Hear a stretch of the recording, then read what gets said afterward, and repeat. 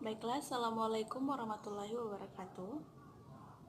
Saya sebagai pemateri pertama, kali ini kami akan menjelaskan paper yang telah kami buat sebagaimana ditugaskan sebagai tugas pengganti final. Judul paper kami sendiri ialah dampak COVID-19 kepada perbankan syariah, yaitu yang kami angkat adalah BNI Syariah. Adapun pemateri pertama yaitu saya sendiri, lalu yang kedua adalah Febri Akbar, yang ketiga adalah Aulia Rahma, yang keempat adalah Ian Kurniawan. Bismillah, puji syukur kita panjatkan tak henti-hentinya kepada Allah Subhanahu wa Ta'ala yang telah memberikan kita rahmat serta karunia-Nya kepada kita sehingga kita dapat menyelesaikan paper pengganti tugas final dosen kami, yaitu gambaran umum perbankan syariah. Yang pertama adalah profil BNI Syariah. Nama perusahaannya ialah PT BNI Syariah. Alamat perseroan terletak di Gedung Tempo Pavilion 1, Jalan HR Rasuna Said, Kap 10, lantai 3-8, Jakarta, Indonesia. Dasar hukum pendirian itu ada pada surat putusan Menteri Hukum dan HAM nomor AHU 15574 AH nomor 0101/2010 tertanggal 25 Maret 2010. Lalu kita beranjak pada kegiatan usaha, bergerak di bidang usaha perbankan syariah sesuai dengan anggaran dasar BNI Syariah nomor 160 tertanggal 22 Maret 2010. Kepemilikan adalah PT Bank Negara Indonesia atau BNI Persero Tbk 99,4% atau PT BNI In Life Insecure 0,6%. Beranjak ke bagian B yaitu sejarah. Sejarah BNI sendiri ialah peristiwa krisis moneter pada tahun 1997 membuktikan ketangguhan perbankan syariah, di mana prinsip syariah memiliki 3: adil, transparan, dan maslahat, mampu menjawab kebutuhan masyarakat terhadap sistem perbankan yang lebih adil dengan berlandaskan kepada Undang-Undang Nomor 10 Tahun 1996 pada 9 April didirikan Unit Usaha Syariah UUS BNI dengan 5 kantor cabang di Yogyakarta, Malang, Pekalongan, Jepara, dan Banjarmasin. Selanjutnya BNI UUS BNI berkembang menjadi 28 kantor cabang dan 31 kantor cabang pembantu. Lalu berdasarkan keputusan Gubernur Bank Indonesia nomor 1241 2010 tahun 21 Mei 2010 mengenai pemberian izin usaha kepada PT Bank BNI Syariah, dan dalam Corporate Plan BNI tahun 2003 ditetapkan bahwa status UUS bersifat temporer dan akan dilakukan spin-off pada tahun 2009. Rencana tersebut terlaksana pada tanggal 19 Juni 2010 dengan beroperasinya BNI Syariah sebagai Lembaga Umum Syariah atau BUS. Realisasi waktu spin-off bulan Juni 2010 itu tidak terlepas dari faktor eksternal berupa respek regulasi yang kondusif.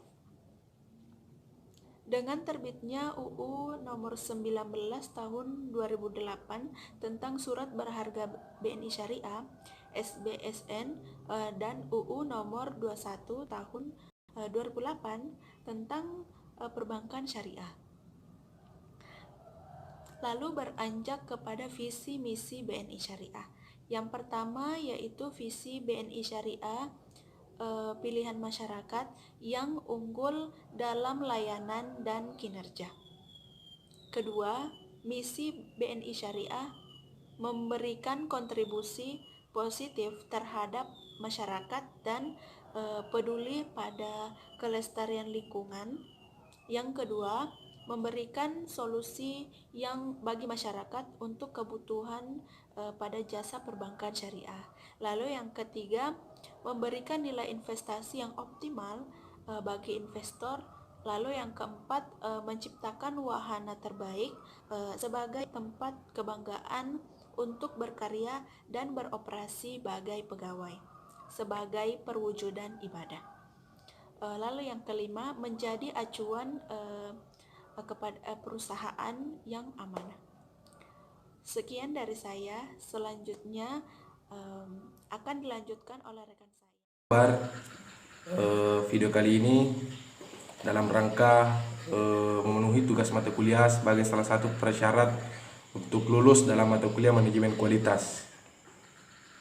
Dalam video kali ini ada 2 poin besar yang akan saya bahas. Yang pertama, karakter manajemen risiko dalam Islam, dan yang kedua, jenis-jenis risiko dalam perbankan syariah. Dalam kacamata manajemen risiko, melihat antara perbankan syariah dan perbankan konvensional, adanya keterikatan yang kuat satu sama lain yang tidak dapat dipisahkan. Tapi secara fundamental atau secara mendasar, klasifikasi antara manajemen perbankan syariah atau perbankan konvensional memiliki ciri khas yang berbeda.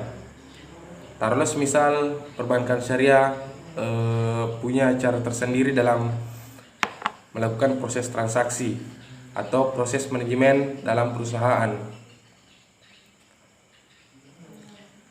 Dalam perbankan syariah juga dapat diukur bukan dengan cara apa yang harus dilihat, tapi nilai apa yang ada. Itu kemudian yang menjadi hal penting atau hal yang paling mendasar untuk memisahkan antara perbankan konvensional dan perbankan syariah.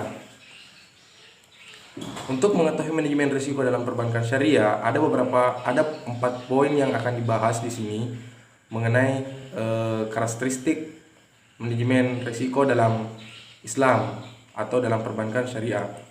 Yang pertama, dengan cara mengidentifikasi risiko. Mengidentifikasi risiko merupakan hal yang paling penting dalam memulai melihat karakteristik dalam perbankan syariah. Kemudian penilaian risiko. Setelah kita memetakan atau mengidentifikasi risiko-risiko apa yang dapat membahayakan secara signifikan untuk perusahaan, barulah kemudian penilaian perusahaan yang memfilterisasi risiko-risiko apa yang akan yang secara signifikan akan membahayakan perusahaan. Kemudian setelah itu, setelah identifikasi risiko, kemudian penilaian risiko, selanjutnya antisipasi risiko. Setelah semuanya rampung, kedua identifikasi risiko dan penilaian risiko telah rampung, maka selanjutnya antisipasi risiko. Antisipasi risiko berguna atau bertujuan untuk preventif, detektif, atau recovery dalam perbankan syariah. Kemudian penting juga kita bahas poin keempat, yaitu monitoring risiko. Monitoring risiko merupakan upaya yang tak kalah pentingnya dari ketiga poin-poin tersebut.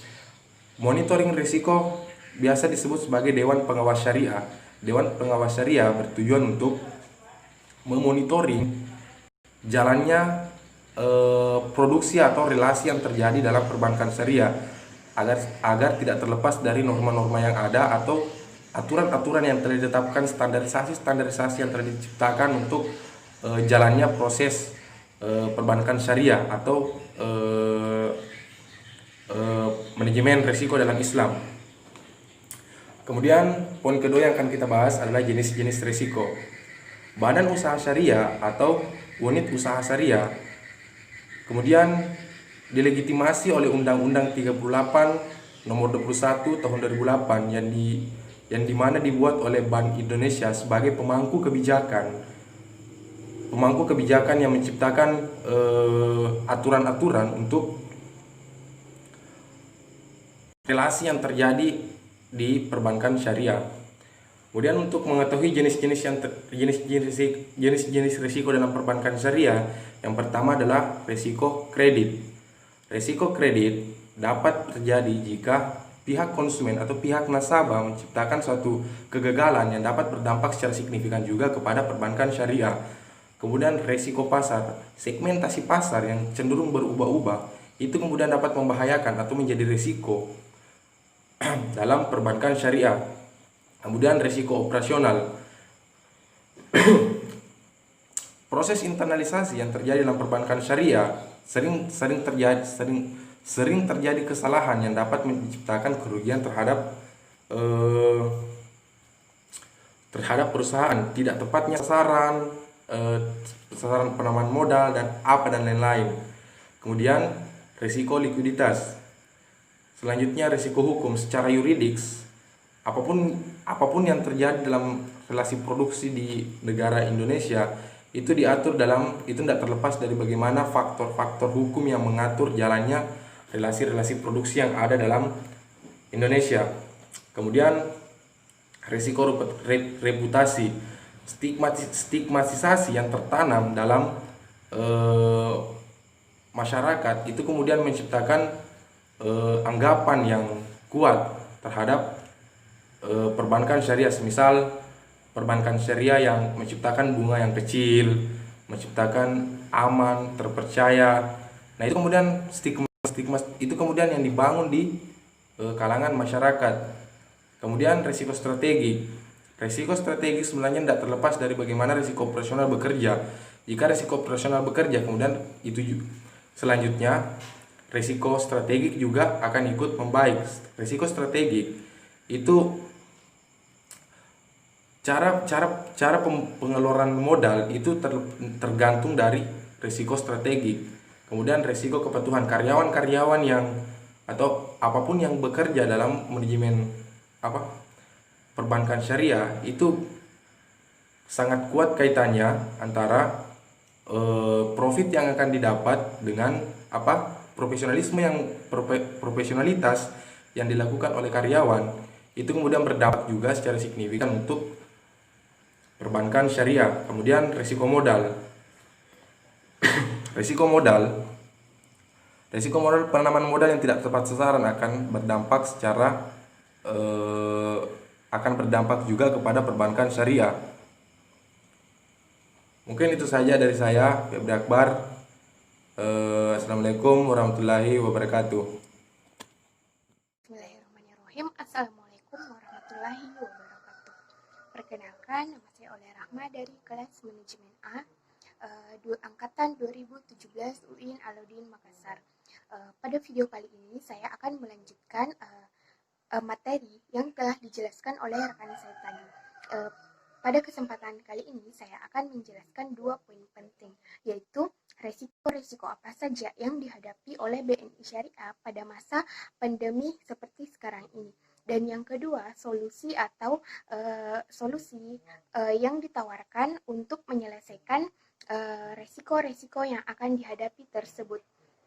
Nah, yang pertama, saya akan membahas mengenai resiko-resiko yang dihadapi oleh BNI Syariah. Resiko yang dihadapi oleh BNI Syariah yang pertama itu adalah resiko operasional. Tahun ini COVID-19 ini menjadi trending topik yang menakutkan bagi dunia, termasuk Indonesia. Begitu banyak dampak yang dirasakan akibat adanya virus ini yang ternyata mampu mengubah perilaku manusia di banyak sektor. Semua sektor usaha dan kehidupan sebagaimana dibicarakan oleh banyak ahli ternyata mendapat pengaruh yang signifikan dari hadirnya virus ini. Tidak hanya usaha UMKM tapi juga dalam dunia perbankan. Fakta menunjukkan bahwa hadirnya COVID-19 di Indonesia ini juga sangat mempengaruhi operasional bank. Oleh karenanya, pengelolaan risiko operasional wajib dilakukan dengan baik untuk meningkatkan kinerja layanan bank kepada nasabah di era yang kompetitif dan syarat persaingan ini. Fakta menunjukkan hadirnya COVID-19 ini telah mengubah pola kerja banyak bank di Indonesia saat ini. Yang akan lebih jelasnya dijelaskan satu persatu. Nah, yang pertama adalah penutupan unit operasional bank. Banyak kantor unit seperti kantor kas, kantor cabang pembantu telah ditutup oleh kantor pusat mengingat tingginya resiko yang disebabkan oleh virus ini. Banyak layanan yang telah dipindahkan ke kantor cabang untuk menghindari resiko operasional bank. Dan yang kedua adalah split operasional. Banyak bank telah memperlakukan kehadiran sektor sedemikian rupa untuk memberikan kesempatan sebagaimana karyawan di rumah sehingga dapat mengurangi resiko operasional, meminimalisir pengurangan virus COVID-19 ini. Kebanyakan bank memperlakukan split operation 50%. Artinya 50% karyawan dirumahkan dan sisanya bekerja seperti biasanya. Dan juga jumlah hari libur bervariasi. Ada mulai dari 2 sampai dengan 5 hari libur kerja. Kemudian yang ketiga adalah jam operasional bank. Banyak bank telah memperlakukan jam operasional yang terbatas untuk mengurangi resiko-resiko operasional akibat adanya penyebaran COVID-19 ini. Pemberlakuan jam ini berbeda-beda tergantung jam keputusan kantor pusat. Adapun rata-rata bank beroperasi hanya 6 jam dalam sehari. Kemudian yang keempat adalah meningkatkan biaya operasional bank. Untuk mencegah penyebaran COVID-19 ini, bank mampu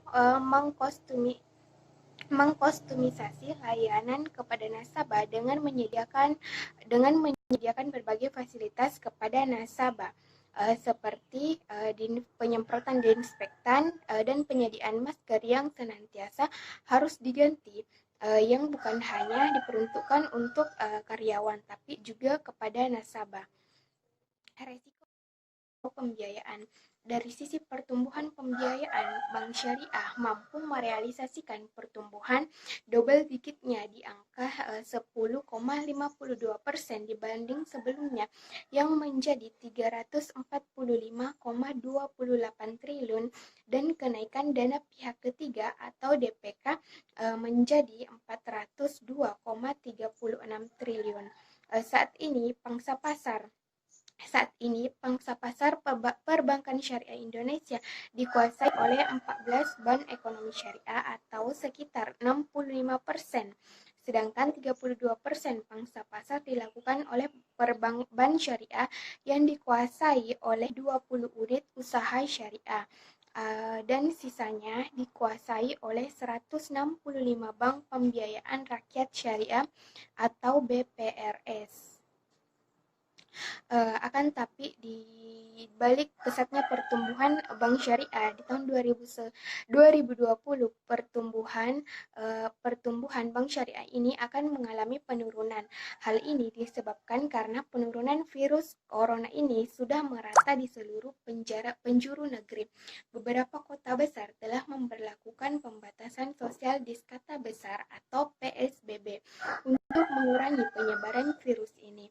Imbasnya banyak sekali kantor, toko, dan pabrik yang harus memperlakukan pekerjaan dari rumah atau betul-betul berhenti beroperasi sementara waktu. Direktur Utama BNI Syariah mengungkapkan pihaknya mampu meraup laba sebesar 214 miliar pada kuartal 1 tahun 2020. Angka ini tumbuh dari angka 58,1% dibanding capaian 135,53 miliar pada periode yang sama tahun lalu. Memang secara dampak COVID-19 ini belum terlalu terasa, tetapi kami telah mengantisipasi di kuartal berikutnya. karena kami yakin bahwa virus ini ke depannya akan memberikan dampak yang sangat signifikan terhadap BNI Syariah maupun bank-bank lainnya yang ada di Indonesia. Selanjutnya adalah cara menanggulangi resiko. Yang pertama, resiko operasional.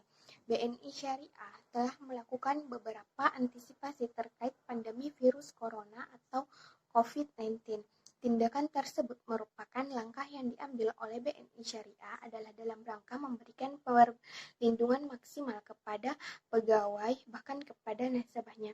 Direktur Kepatuhan BNI Syariah mengatakan ada beberapa antisipasi yang akan dilakukan oleh BNI Syariah. Di antaranya adalah sosialisasi pencegahan penyebaran virus corona kepada segenap pegawai, pengecekan suhu tubuh bagi pegawai dan tamu yang berkunjung. Selain itu, ada penyediaan layanan kesehatan di kantor pusat BNI Syariah bagi segenap karyawan dan tamu yang berkunjung. Penyediaan masker untuk pegawai dan penyemprotan disinfektan di lingkungan kerja. BNI Syariah juga menerapkan pembatasan jam layanan di kantor cabang, yaitu jam 9 sampai dengan jam 3 sore. Dan pengukuran suhu tubuh nasabah di outlet BNI Syariah tertentu. Untuk memberikan perlindungan kepada nasabah kepada karyawan, BNI Syariah menerapkan sistem WFH atau work from home, yaitu bekerja dalam rumah dengan tetap menjalankan fungsi masing-masing pegawai. Kemudian cara penanggulan untuk resiko yang kedua atau resiko kredit atau resiko pembiayaan adalah Direktur Bisnis Retail dan Jaringan BNI Syariah, Iwan Abdi mengatakan BNI Syariah memberikan keringanan atau restrukturisasi berupa penundaan pembayaran kepada nasabah yang terdampak COVID-19 ini. Bentuk keringanan yang diberikan ini akan disesuaikan dengan kondisi dan jenis usaha yang dilakukan oleh nasabah. Bentuk keringanan ini diharapkan dapat memudahkan nasabah dalam hal pembayaran kewajibannya. Perbankan syariah juga saat ini sudah memanfaatkan kecanggihan teknologi berupa aplikasi bank yang dapat diakses di smartphone. Salah satu perbankan syariah yang menggunakannya adalah Bank Mandiri Syariah dan BNI Syariah. Aplikasi ini dapat diakses langsung pada smartphone yang dapat diakses di mana saja dan kapan saja. Beberapa BNI Syariah juga telah merencanakan hal yang sama. Adapun beberapa skema pembiayaan yang diberikan BNI Syariah ini adalah penundaan jumlah angsuran, keringanan pembayaran, dan juga penundaan. Untuk dapat melakukan ini, maka nasabah dapat menghubungi outlet BNI Syariah terdekat yang ada di sekitarnya. Mungkin itu saja yang sempat saya sampaikan, kurang dan lebihnya mohon dimaafkan. Wassalamualaikum warahmatullahi wabarakatuh. Terima kasih. Saya akan melanjutkan materinya, tapi sebelumnya perkenalkan dulu, nama saya Ian Kurniawan. Nah, di sini saya akan membahas tentang peluang dan tantangan BNI Syariah pada masa pandemi COVID-19. Jadi, BNI Syariah terus memperluas peluang bisnis baru di pasar perbankan syariah. Salah satunya melalui pengembangan layanan dompet digital syariah yang ditargetkan dapat diluncurkan pada pertengahan tahun 2020 ini. Direktur Utama BNI Syariah Abdullah Firman Wibowo juga menyebutkan dalam upaya mendorong perluasan bisnis syariah, saat ini perluasan tengah melakukan pembangunan layanan bisnis, trade finance dan remittance, meningkatkan layanan berbisnis digital, serta mendorong pembiayaan sektor mikro dan segmen retail. Kemudian dalam perbankan, bukan hanya perbankan syariah, kita tidak hanya bersaing dengan sesama bank lagi ya, tapi juga persaingan dengan perusahaan-perusahaan jasa transportasi seperti Grab, Gojek, dan lain-lain sebagainya. Nah, yang sekarang perusahaan tersebut masing-masing memiliki uang elektronik dan aplikasi. Mau tidak mau, sekarang kita bersaing dengan mereka. Nah, dari pihak BNI Syariah ini juga akan membangun sebuah aplikasi yang mana kita dapat menyimpan uang dan dalam aplikasi tersebut, atau disebut dengan uang elektronik. Nah, uang ini nantinya kita gunakan dalam bertransaksi dimanapun dan kapanpun saja. Dan hal ini tidak mudah karena harus didukung oleh teknologi yang memadai. Sebenarnya hal seperti ini sudah banyak dilakukan, tapi bukan dalam hal perbankan, tetapi pada segmen transportasi, bukan pada sisi syariah. Oleh karena itu, BNI Syariah berinovasi untuk juga